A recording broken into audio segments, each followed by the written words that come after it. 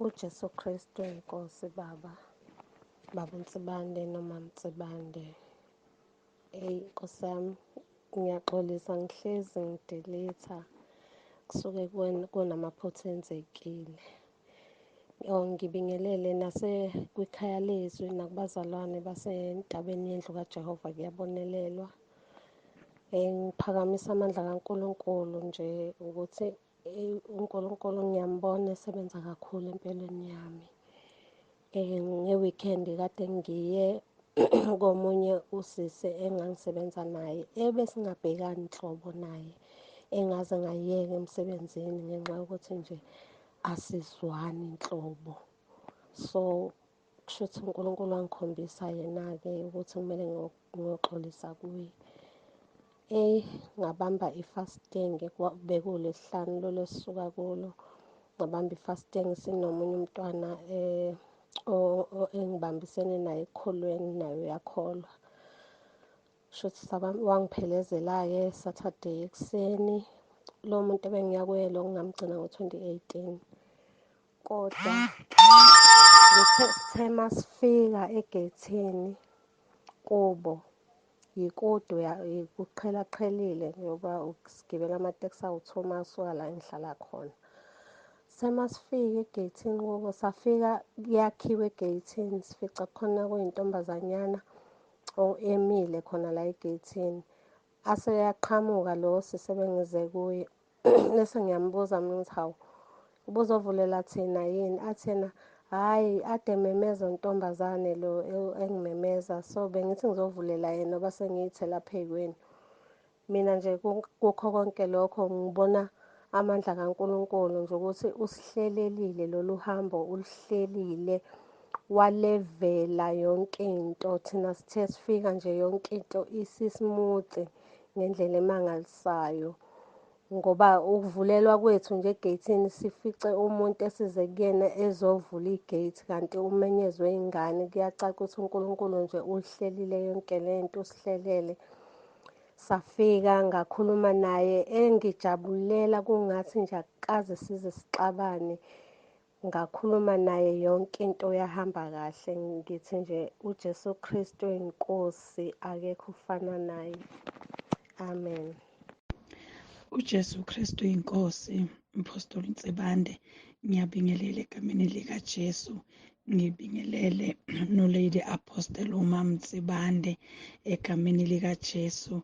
Enhlizweni yami ngiyaye ngithi ungiprofessor wami kweTestament elidala, engilali ngihlula kakhulu ukulifunda ngili-understande kahle, kodwa uma ngilalela uMama Ntsibande ngamlalela kwaze kwasa emqondweni wami, ngakwazi ukulifunda ngili-understande iTestament elidala. Ngiyambonga kakhulu uNkulunkulu nami kulolu suku lanamuhla ongipha leli thuba lokuba nami-ke ngilethe ubufakazi egameni likaJesu. Ngiyambonga kakhulu uNkulunkulu, ngiyalibonga usuku engangena ngale khaya leZwi, ngiyambonga ngimnika udumo. Ngibonga Baba Ntsibande kakhulu ivangeli enhlizweni yami, noma nginabazalwane ngiye ngithi lifikile ivangeli. Angazi noma lo mhlabeleli lelu owayethi lifikile ivangeli ngabe lalifike njengakithini. Lifikile ivangeli ngempela ezimpilweni zethu, lifikile ivangeli elifike lakhuluma nenhliziyo zethu. Bengicabanga mina kakhulu eyami ukuthi i-right phambi kwaNkulunkulu kanti bekonakele, kodwa ngokufika ekhaya leZwi uNkulunkulu wayisiza impilo yami, ngisizakele kakhulu. Wayikhomba ububi bami, wayikhomba konke ukukhohlakala kwayo.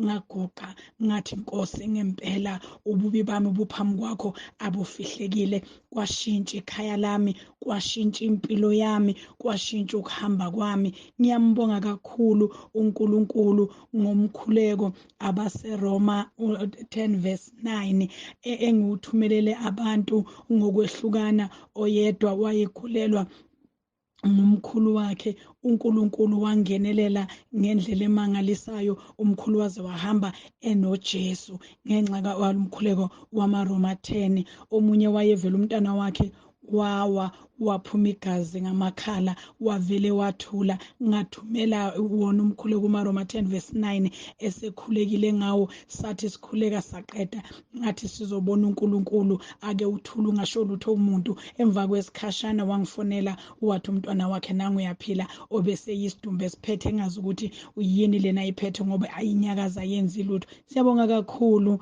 mfundisi uNtsibande, siyabonga kakhulu umpostoli kaJesu Kristu walesi sikhathi. uNkulunkulu womusa akubusise, akugcine, akulonde esandleni sakhe somusa. Inhliziyo yethu igcwele iyachichima lokhu esikuzwayo enhlizweni yethu. uJesu Kristu inkosi, uJesu Kristu inkosi. uJesu Kristu uyinkosi. Ngiyanibingelela baba nomama nabazalwane bonke ekhaya leZwi. Ngichacela ukudlulisa nampu ubufakazi bangomgqibelo. Empeleni buningi kodwa nje ake ngibudlulisele bangomgqibelo. Ngomgqibelo ntambama ngizwe nje ngiba ney'nkwantshu emzimbeni ezandleni, nganey'nkwantshu nje kwabuhlungu, iy'nkonyane, amajaqamba. Hhayi, bese ingixuba ngithi hawu kwenzekani? Hhayi, kuthe ngokuqhubeka kwesikhathi ngizwa le bese ngikhuleka uRoma 10. Ngimthandaze nje uRoma 10 bese ngiyaqeda, bese 7:30 sesemkhulekweni wantambama nabantwana. Silalele-ke inkonzo yangomgqibelo, siqede bese sengiyabuya-ke mina sengiza ekamereni lami sengizolala. Bese ngiphinda ngiwuvule lo mkhuba, ngiyayizwa lento nalokhu ukugeleza lokho engikuzwayo la ekhanda, ngoba ikhanda kuyaye kube ngathi kunamanzi agelezayo ekhanda. Bese ngiwuvula futhi uRoma 10 ngiphinde ngikhuleke, bese ngiyakhuleka nami bese ngiyalala. Phakathi kobusuku ngiphuphe engathi futhi bekungathi angilele ngendlela bekwenzeka ngayo. Lisonte-ke ikhanda engathi kunoluwayindayo, lisonte-ke lidonseke kungathi emadlebeni ngivalekile, emadlebeni ngathi ngivimbene emakhaleni, lidonseke ikhanda, lidonseke bese ngize ngilibambe ey'nhlangothini ngithandaze. Khuleke ngithi uJesu Kristu inkosi, uJesu Kristu inkosi. Ngegama likaJesu ngithi aliphele leli khanda, ngilibambe ngikhuleke bese ngiqhubeka nokuthandaza khona lapho ephusheni ngize ngiphaphama. Hawu, nangiphaphama ngiyaphupha, kodwa futhi uma ngiphupha ngiyalizwa ikhanda ukuthi kukhona engathi bekwenzeka la ekhanda, ngoba nasey'ndlebeni bengathi ziya ngokuvuleka kancane, ngathi beyivalekile nokuvimbana, ngikuzwa futhi ngathi ngivimbene. Bese ngiyakhuleka ngilale, ngivuke ekuseni leli khanda bethi ngiphethe ilokhu lithule lapho baba. Naye izolo lize lashona angilizwanga, nenkwantshu le bikhona ngeke ngathi ukuyizwa, ngabuye ngezwa nje futhi isithule. Ngathi ngiyambonga kakhulu uNkulunkulu, kakhulu ngokusipha leli gama nje elinamandla kangaka elithi uJesu Kristu uyinkosi. Siyabonga. Jesu Kristu inkosi. Baba Dokotela Mpostoli wesikhathi kanye nomama Mpostoli, ekhaya leZwi nasentabeni yendlu kaJehova kuyabonelelwa. Ngiyathobeka kakhulu, ngithi uJesu Kristu uyinkosi. Ngithanda ukudlulisa lokhu ukuthi sasizongena emkhosini ka7 days.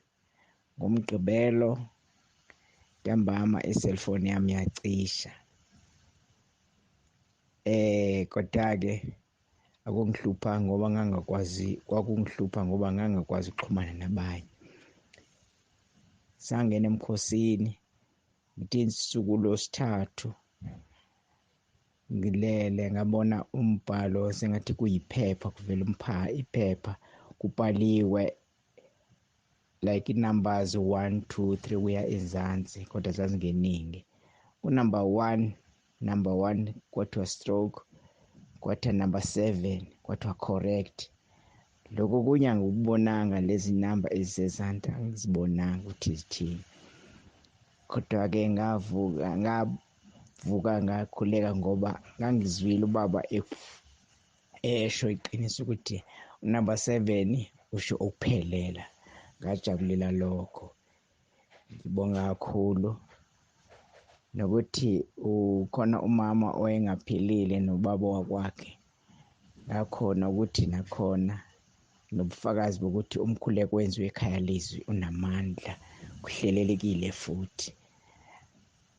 Ngabasiza ngokuthi singithi sikhuleke on Romans 10 verse 9.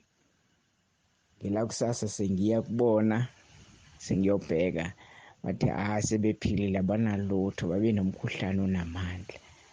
Siyawubonga ngomkhuleko owenziwe ekhaya leZwi, kuhlelelekile. Siyamkhulekisa nobaba nomama kakhulu. Ngicabanga nje ukuthi igroup enamandla ngoluhlobo ekaNkulunkulu kuyona yethu. Siyabonga kakhulu. Sithi uJesu Kristu uyinkosi. Obunye baba ubufakazi obayizolo ngesonto ebusuku besihambile siye enkonzweni eMthatha. Sihambe siyi-4, imina nomunye ubaba nomama nomfanyana. Sahamba kahle eMthatha sabuya. Masibuya besihamba ngale moto yalo baba umfundisi, badlula bangibeka ekhaya. Beku-8:10 isikhathi. Kwathi ngo-8:30 nje ngisathi ngilungiselela ukulala, kwangena ucingo bathi sesithola ingozi yemoto. Imoto yaphela beyond repairs. Ngahamba ngaya kubona, ngafonela amaphoyisa, ama-ambulance bayiswe ey'bhedlela. So ngithi ngiyambonga nje uNkulunkulu ngoba nami kusho ukuthi ngicishe ngaba involved kuleyo ngozi. Jesu Kristu inkosi baba. uJesu Kristu inkosi baba uNsibande nomama, ngiyanibingelela abazalwane basekhaya leZwi entabeni yendlu kaJehova. Kuyabonelelwa, ngiyanibekela nonke kweli igama lenkosi. Baba, ngicela ukudlulisa ubufakazi. Ngangena ekhaya leZwi ngacela umthandazo kubaba. Ngabo-March sasinenkinga enkulu, sisikenywe imali ngoba sasesidayisa umuzi. Emva kwalokho kwabe sekushona ubaba. Eshonile ubaba, kwafika omunye wey'hlobo zethu wathi umuzi asitshele lo muntu bethi umuzi awusadayisi, uzoyikhokha yena yonke imali edingeka ukuthi ikhokhwe. So ngalokho-ke ngibonga umthandazo ubaba asenzela wona, uthi uNkulunkulu waba ngakithi. uJesu Kristu inkosi. uJesu Kristu inkosi. Ngiyabingelela baba, ngibingelela abazalwane bonke basekhaya leZwi egameni likaJesu Kristu inkosi. Ngizombonga uNkulunkulu namhlanje ukuthi selokhu ngaba sikhona ikhaya leZwi. Usangenzela umusa, usangisiza, usangifundisa. Impilo yami iguqukile, impilo yami ishintshile. Ngisho ekhaya la ngihleli khona kunokuthula, ziningi nje izinto ezinhle asenzela zona ngisho emakhaya ethu. Angijwayele ukufakaza abangcwele, kodwa kuningi mangathiwa ngifakaze nje kusho ukuthi everyday nginganobufakazi engibulethayo ekhaya leZwi. Ngizombonga-ke nanamhlanje usimangalisa ngenzele sona. Kuye kube nomkhuleko esiwenzayo emabhrentshini noma ebandleni engikhonza kulo. Kuhlangana ama-branch lawa akhelene, kuyokhulekwa njalo ngomsombuluko ntambama. Nami-ke ngabe sengicelwa ukuthi ngiphathe izwi noma ngikhonza abazalwane ngezwi kulo msombuluko esivela kuwona ntambama. Kuthe intatha kusazanga umsombuluko ngisalungiselela nje ukukhuleka, kwamane kwafika nje ngisavuka ukuthi ngithi uJesu Kristu inkosi, uJesu Kristu inkosi, uJesu Kristu inkosi. Angizange ngisakhuleka okunye ngaphandle kokuthi ngithi nje uJesu Kristu inkosi. Emva kwalokho ngavula izwi lenkosi, ngizama ukuvula izwi engangikade ngithi lona engizolisebenzisa.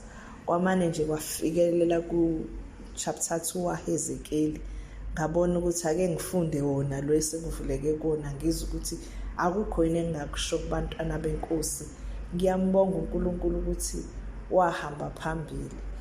Ngilifunde leli izwi kodwa ngingabi nakho ukuthi yini mina engizofike ngisho kubantwana benkosi behlangene. Ngisekulo mcabango nje bese kuba khona izwi elincane elikhulumayo, likhulumela nje phansi elithi nali izwi. Bese ngithi ngisathi qwebe ukuthi hawu, ngiyabonga ukuthi kuyaconfirmwa kodwa ukuthi lona izwi engingalisebenzisa. bese kumane kuba khona umbhalo, kube ngathi kunombhalo obhalwe kakhulu ngama-capital letters ebhalwe ngamagama amnyama elithi ningamhlubuki uNkulunkulu. Ngizombonga kakhulu bangcwele uNkulunkulu ukuthi masimnxusa sithi akasiphe izwi la kufanele sikhulume khona izwi lakhe, usenzela njengokucela kwethu.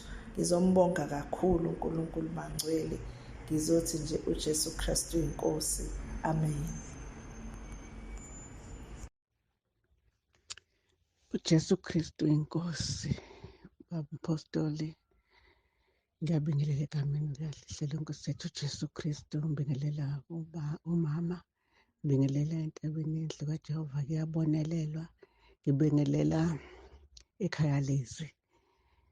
Ngiyambonga uNkulunkulu osigcinile kwaze kwaba yilesi sikhathi nobufakazi ngolwesihlanu ngomgqibelo ekuseni okwenzeke ebusuku ngolwesihlanu ukuthi ngempela uNkulunkulu usibiyele sisekhaya leZwi, usibiyele kakhulu. Uma ngivuka ekuseni ngomgqibelo bengivakashelwa abazukulu bami, ngaze abanye baze badlala isibhonje balala phansi. Uma ngithi eduze kwesibhonje kunofezelo ongakanani omkhulu, ngathuka kakhulu baba. Uma ngithi ngiyawuthinta lo fezela uyaphila uthithibele. Ngambonga uNkulunkulu ukuthi uthithibalisile ngoba ngabe udle enye ingane encane ebilele khona. Ngiwuthinte bese vele ngiyawubulala. Ngiyambonga uNkulunkulu ngalokho ukuthi uselokhu umuntu angena ekhaya leZwi ubiyelekile, nanokuthi uNkulunkulu unathi ngaso sonke isikhathi. Kuningi baba uNsibando okwenzekele empilweni yami kakhulu ngasebandleni. Ngiyambona uNkulunkulu engisebenzisa ngale ndlela. Ngiyambona uNkulunkulu kade ngilifunda mina izwi, ngilifunda njengencwadi nginga-understand-i. Ngifisa uku-understand-a ngize ngiyibuza ukuthi kanti laba abalichaza ngale ndlela bakuthathaphi. Kepha nje uma sengisekhaya leZwi, ngangena ekhaya leZwi nje sengithi ngilifunde izwi bese kuba khona i-understanding. Bese leli zwi engilifundayo lingivezela ukuthi kuchazwane ngalokhu. Ngiyambonga uNkulunkulu ngalokho kakhulu. Ngiyathi udumo lokuJehova, ludumo lonke ngilinika uNkulunkulu ngalokho, ngokuthi nje angibonise, angivula amehlo ukuthi ngithi ngiyakholwa ngithi ngisebumnyameni. Ngiyambonga uNkulunkulu, kuningi angenzela khona. Ngikhuluma njena kade ngagcina ukuphuza amaphilisi. Uma ngigula vele ngikhuleke ngithi uJesu Kristu inkosi, makuqhubeka ngize ngiyibambe ngikhuleke kakhulu. Ngiyambonga uNkulunkulu, ngithi udumo lukuye. Ngiyabonga uJesu Kristu inkosi. Amen. uJesu Kristu uyinkosi baba. Siyambonga uNkulunkulu ngevangeli akalibeke kuwena nangekhaya leZwi elisiqoqile lahlanganisa, elingakhethi ukuthi ubani ngoba indaba kaNkulunkulu vele injalo kahle hle, ayikhethi. Thina abantu esihluphayo, esihlukanisayo, esikhethayo, kodwa ivangeli alikhethi. Khona umama nje akade ebonga, kade efikile naye izongena emanzini etusa, ethi hawu lekhaya kunjani nje, lekhaya alukho ubandlululo, akukho ukuthi abakwazi, akukho ukuthi abakhonzi nawe, bayakuthanda nje, bayakunakekela. Ebonge nje lo mama etusa. Ngathi inkosi yami, siyambonga uNkulunkulu nje ngalokho ukuthi umuntu usendaweni e-right, uNkulunkulu usibeke endaweni e-right ekugcineni, ngoba efuna ukuthi siye ekhaya ezulwini. Kwangathi bengasizakala nabanye nabasekhaya leZwi benake. Hhayi, lathina uNkulunkulu usibusisile kule ndawo esikuyona, hhayi usibusisile entabeni yendlu kaJehova. Hhayi, alukho ngampela ubandlululo. Siyambonga uNkulunkulu bami, uNkulunkulu abe nani nje, asigcinele nina. Siyabonga kakhulu uJesu Kristu inkosi. uJesu Kristu inkosi. Baba uTsibande ekuseni ngiyakubingelela egameni lenkosi uJesu.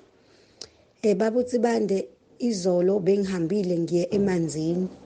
So baba uTsibande, ngithe sengilele uNkulunkulu wangivusa ebusuku wangithatha wangibeka endaweni ekade iphezulu nje wanginyusa ngithe mengifika kule ndawo ngathi inamafu kunamafu nje amafa blue nje indawo enhle baba iphezulu le ndawo wangibeka khona nje uthe mengikhombisa ubaba uNkulunkulu le ndawo wangikhombisa indawo ukuthi yabo la ngihleli khona ukuthi ku safety kanjani usuhlele endaweni ephezulu manje ngikhombisa kanjalo baba uTsibande kuthe kusuka lapho wase sengiyafakaza manje ephupheni ngithi lena hawu ubaba uTsibande wayesitshelile ukuthi nina maso uzele kwabusha usuhleli kuKristu uyafihlwa uhlala endaweni ephezulu wedwa ufihlwe emhlabeni so baba uTsibande sengifakaza ke ngaleyo nto sengithi uJesu Kristu inkosi hey baba uTsibande hey siyabonga kakhulu siyabonga izifundiso zakho ukuthi ngempela ezasemazulwini siyabonga kakhulu baba uTsibande uJesu Kristu inkosi ekseni amen. Jesu Kristu inkosi.